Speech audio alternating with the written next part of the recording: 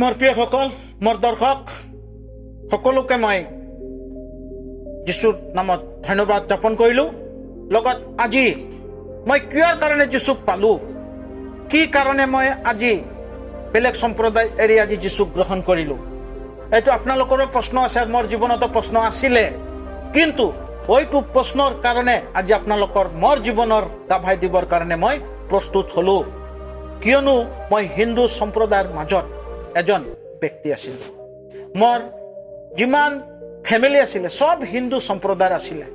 কিন্তু হিন্দু সম্প্ৰদায় থাকোঁতে মই বৃন্দাবনত গুচি গৈছিলোঁ। বৃন্দাবনত যাই তাতে বহুত ধৰণৰ মন্দিৰত আছিলোঁ, গুৰুকুলত আছিলোঁ। গুৰুকুলত থাকি মই ডাঙৰ দীঘল হ'লোঁ। ডাঙৰ দীঘল হৈ তাত যাই ফালে মই আমাৰ যিটো গুৰুদেৱ আছিলে জয়পতাকা স্বামী মহাৰাজৰ মই দীক্ষিত হ'লোঁ। দীক্ষিত হৈ মই ভ্ৰমণকাৰী হ'লোঁ। বিভিন্ন জাগাত, বিভিন্ন অনুষ্ঠানত, বিভিন্ন জাগাত যাই ফালে ধৰ্ম প্ৰচাৰ কৰি আছিলোঁ।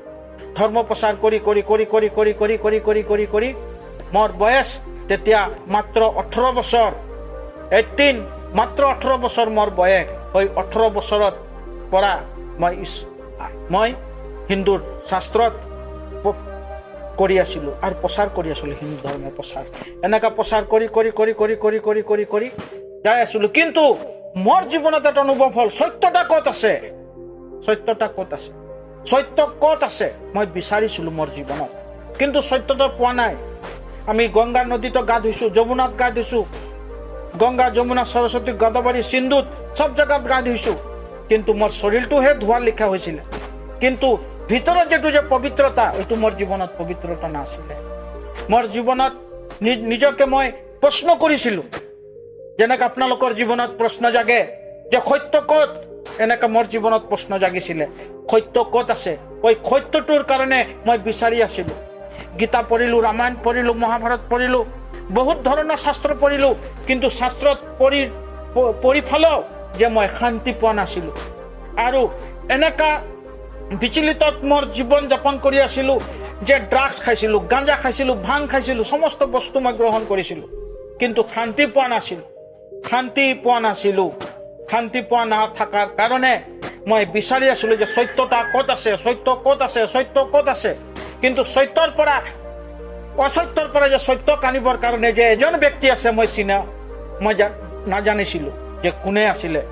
অসত্যৰ পৰা সত্যক লৈ অনা ব্যক্তি কোনে আছিলে, আৰু সেইজনে যে আমালোকক সত্যতাত লৈ যাব পাৰিব, সেই ব্যক্তিত মই ভিতৰে ভিতৰে বিচাৰি আছিলোঁ। কিন্তু মই কেতিয়াও বিচাৰি পোৱা নাছিলোঁ। কিন্তু ঈশ্বৰৰ এনেকা পৰিকল্পনা যে 1992ত মোক এনেকা এটা জাগাত মোক নিমন্ত্ৰণ কৰিলে, তাতে বহুত মানুহে ঈশ্বৰক গ্ৰহণ কৰিছিলে। তাতে যাই ফালে হিন্দুবিলাকৰ মাজত যাই ফালে যে এই খ্ৰীষ্টানবিলাকক হিন্দু কৰাৰ কাৰণে মোক মাতিছিলে। আৰু তাতে মই গ'লোঁ। তাতে যাই ফালে অনেক ধৰণৰ শাস্ত্ৰ পঢ়িলোঁ। পঢ়াৰ পিছতে ইহঁতক মই বুঝালোঁ, কিন্তু ঈশ্বৰৰ কি পৰিকল্পনা যে এটা ব্যক্তিৰ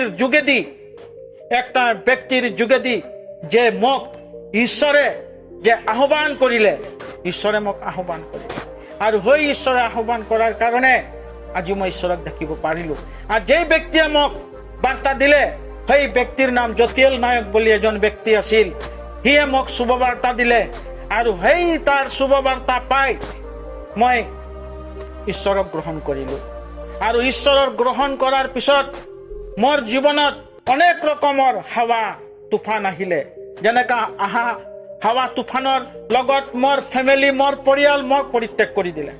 মোৰ জীৱনৰ পৰা মোক আঁতৰাই দিলে। মা দেউতাৰ ফেমিলিৰ পৰা, মোৰ তাৰ সম্পত্তিৰ পৰা মোক নিঃসম্পত্তি কৰি দিলে, মোক অনাথ বনাই দিলে। কিন্তু মই ঈশ্বৰক পোৱাৰ পিছত মোৰ নিজৰ জীৱনত অনুভৱ কৰিলোঁ যে মই অসত্যত আছিলোঁ, কিন্তু সত্যতা ক'ত আছিলে মই পালোঁ। যেতিয়া মই সত্যতা পালোঁ, সত্যতা পোৱাৰ পিছত অনেক মানুহে মোক টৰ্চাৰ কৰিলে। মোৰ জীৱনত অনেক ৰকমৰ টৰ্চাৰ কৰিলে। মোক জোতাৰ মালাও পিন্ধালে, আৰু মোক যেটো যে কুচিয়া মাৰা যেটো জাঠিও মোক সোমালে, আৰু লগত মোক কুচা বাঁহৰ লিখীয়া মোক কুচি দিলে। কিন্তু মই সত্যতাৰ পৰা কেতিয়াও আঁতৰি নগ'লোঁ। সত্যতাৰ পৰা আঁতৰি নগ'লে এনেকা বহুত দিন মোৰ জীৱনত টৰ্চাৰ হ'ল। মানুহে মোক বহুত ধৰণৰ ঠাট্টা অপমান নিন্দা কৰিলে। এজন সাধু হোৱাৰ পিছতে মোক যে যীচু গ্ৰহণ কৰিছোঁ।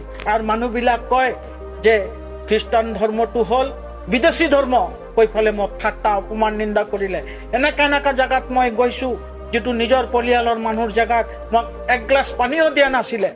এক গ্লাছ পানী কি এক গ্লাছ মোক আহাৰো দিয়া নাছিলে। কিন্তু এইবিলাক নাপাবৰ কাৰণেও মই কেতিয়াও মোৰ জীৱনত সংকোচবোধ কৰা নাছিলোঁ, কিয়নো সঁচা বস্তু মই গ্ৰহণ কৰিছোঁ, সঁচা বস্তু মই পাইছোঁ। আৰু মই যেতিয়া এইটো শাস্ত্ৰত যেতিয়া মই সাধু হৈ আছিলোঁ, মোৰ বস্ত্ৰ আছিলে গেৰুৱা কালাৰৰ। মই সন্ন্যাসী আছিলোঁ, পৃথিৱীত সন্ন্যাসী আছিলোঁ। সন্ন্যাসী হৈ ফালে য'ত ত'ত মই ঘূৰি আছিলোঁ। মোৰ নিজৰ লাইফটোক মই শয়তানৰ হাতত সমৰ্পণ কৰি দিছিলোঁ, শয়তানৰ হাতত সমৰ্পণ কৰি দিছিলোঁ। আৰু মোৰ যিটো জীৱিকা আছিলে, যে ভিক মাঙি খাই আছিলোঁ, মোৰ জীৱিকা 10টা দুৱাৰত যাওঁ ভিক মাঙো, আৰু 10টা দুৱাৰত যাই ফালে মোক মানুহবিলাক ভিক দিয়ে, আৰু এই ভিক লৈ ফালে মই নিজৰ জীৱন যাপন কৰি আছিলোঁ। মোৰ পেট চলাই আছিলোঁ। কিন্তু যেতিয়া মোৰ জীৱনত সত্যতা বোলা বস্তু আহিলে, তেতিয়া সব বস্তু মোৰ ভিতৰৰ পৰা আঁতৰি গ'ল, আৰু মই এটা নতুন সৃষ্টি হ'লোঁ। আৰু নতুন সৃষ্টি হৈ আজি তাৰিখত মই এজন সাধুৰ পৰা পৰিৱৰ্তন হৈ এটা ঈশ্বৰৰ দাস হ'বলৈ পালোঁ। ঈশ্বৰৰ দাস হ'বলৈ পালোঁ কিহৰ কাৰণে? যে সত্যতা আমি বিচাৰি আছোঁ। আজি যেনেকা মোৰ জীৱনত অনুভৱ আছিলে সত্যতা ক'ত, আপোনালোকৰো জীৱনত অনুভৱ থাকিব লাগিব সত্যতা ক'ত আছে। তো সেইকাৰণে এই সত্যতাৰ পিছত আমি ভাগিব লাগিব। আমি অসত্যত থাকিলে আমাৰ জীৱন যাপন কেতিয়াও ভাল নাযায়। সেইকাৰণে সত্যতা আমালোকৰ জীৱনত লাগিব, আৰু সত্যতাহে আমাক ৰাস্তাত দিব। আৰু এই সত্যৰ কাৰণে মই বিচাৰি আছিলোঁ সত্যতাক বিচাৰি আছিলোঁ। হ'ব পাৰোঁ মই পূজাৰী আছিলোঁ, হ'ব পাৰোঁ মই সাধু আছিলোঁ, কিন্তু মোৰ ভিতৰত সত্যতা নাছিলে, কিয়নো মই ঠগভৰ আছিলোঁ। বহুত ৰকমৰ মানুহক ঠকিছোঁ, তাবিজ দিছোঁ, অনেক ৰকমৰ আংঠি দিছোঁ, মানুহক পিন্ধাবৰ কাৰণে আংঠি দিছোঁ, তাবিজ দিছোঁ। কিন্তু মোৰ নিজৰ পেটৰ লালচাৰ কাৰণে, নিজৰ স্বাৰ্থৰ কাৰণে এইবিলাক কাৰ্য কৰিছোঁ। কিন্তু অনন্ত জীৱন যে আছে, এটা স্বৰ্গ, ওই স্বৰ্গ মই চিনি নাপালোঁ। কিন্তু যেই ব্যক্তিয়ে মোক শুভ বাৰ্তা দিলে যে তাৰ যোগেদি যে আমি আজি স্বৰ্গৰ ৰাস্তাৰ কাৰণে যাবলৈ পাৰিলোঁ, সেইকাৰণে সেই ব্যক্তিক মই ধন্যবাদ দিছোঁ। আৰু যোনে মোক স্বৰ্গৰ ৰাস্তাৰ বাট দেখালে, যীচুকো মই ধন্যবাদ দিছোঁ। কিয়নো আজিৰ এই তাৰিখত যে আজি এনেকা বহুত মোৰ লিখা মানুহে অপথত যাই আছে। এই অপথত যোৱা মানুহবিলাকৰ কাৰণেহে মই আজিৰ মোৰ নিজৰ গাভাইটো দিলোঁ, যে এই গাভাইটো যোগেদি যে সেই মানুহবিলাক যে মন পৰিৱৰ্তন কৰিব আৰু ঈশ্বৰক গ্ৰহণ কৰিব আৰু সত্যতাক চিনি পাব, তাৰ কাৰণে আজিৰ এই গাভাই দিলোঁ। আৰু গাভাৰ মাজতে মই এটা শাস্ত্ৰ ক'ব বিচাৰিছোঁ, যিটো শাস্ত্ৰ মই পঢ়িছিলোঁ, কিন্তু এই শাস্ত্ৰটোৰ কথা নাজানিছিলোঁ। ঋগ্বেদ 29 অধ্যায় 29 পদত লেখা আছে, অং কন্যাই নমঃ দৰিদ্ৰাই নমঃ দৰিদ্ৰাই কন্যাই নমঃ পঞ্চকামাই নমঃ। এইটো শাস্ত্ৰটো মই পঢ়িছিলোঁ, কিন্তু দৰিদ্ৰ কোনে আছিলে, পঞ্চকামাই নমঃ কোনে আছিলে মই জানা নাছিলোঁ। কিন্তু ঈশ্বৰে মোৰ চকু খুলি দিলে। অং কন্যাই নমঃ অৰ্থাৎ কন্যাই নমৰ অৰ্থ হ'ল, মৰিয়মক কৈছে অং কন্যাই নমঃ। অং দৰিদ্ৰাই নমঃ, দৰিদ্ৰৰ অৰ্থ কি হ'ল, দৰিদ্ৰ হৈ জন্মগ্ৰহণ কৰিব। অং পঞ্চকামাই নমঃ, তাৰ 5টা আঘাতত সি বলিদান হ'ব, আৰু সেই বলিদানৰ ভাগিত আজি আমি পৰিত্ৰাণ পাম। কিন্তু মই শাস্ত্ৰ পঢ়িছোঁ, এইটোৰ কাৰণে মই ক'ব বিচাৰিছোঁ যে মোৰ জীৱনৰ গাভাই শুনি যে আনো মানুহ যে মন পৰিৱৰ্তন কৰিব, তাৰ কাৰণে আজি আপোনালোকৰ মাজত এই চেনেলৰ যোগেদি আপোনালোকক মোৰ শুভ বাৰ্তা জনালোঁ, মোৰ গাভাই জনালোঁ। আৰু পাৰিলে এই চেনেলৰ যোগেদি যে আপোনালোকে ছাবস্ক্ৰাইব কৰিব, আৰু এই চেনেলটোক আপুনি ছাবস্ক্ৰাইব কৰিব। আৰু যদি চেনেলটো আৰু বিশেষ কৰি ভাল লাগে, আৰু বিশেষ কৰি যদি ভাল লাগে, আৰু আমি এনেকৈ নতুন নতুন মোৰ নিজৰ জীৱনৰ গাভাই লৈ আনিম আপোনালোকৰ ওচৰত। আৰু আমি আপোনালোকৰ গাভাই দিয়াৰ আগত মোৰ নিজৰ পৰিচয় দিয়া নাছিলোঁ, এতিয়া বৰ্তমান মোৰ পৰিচয় দি আছোঁ। মোৰ নাম যিচয়া বোস, আৰু মই ঢলি টি ষ্টেটৰ এজন ব্যক্তি হওঁ, আৰু আমাৰ বাপ্টিষ্ট মণ্ডলীৰ এজন সভ্য হওঁ, আৰু বৰ্তমান মই ঈশ্বৰৰ পৰিচৰ্যা কৰি আছোঁ।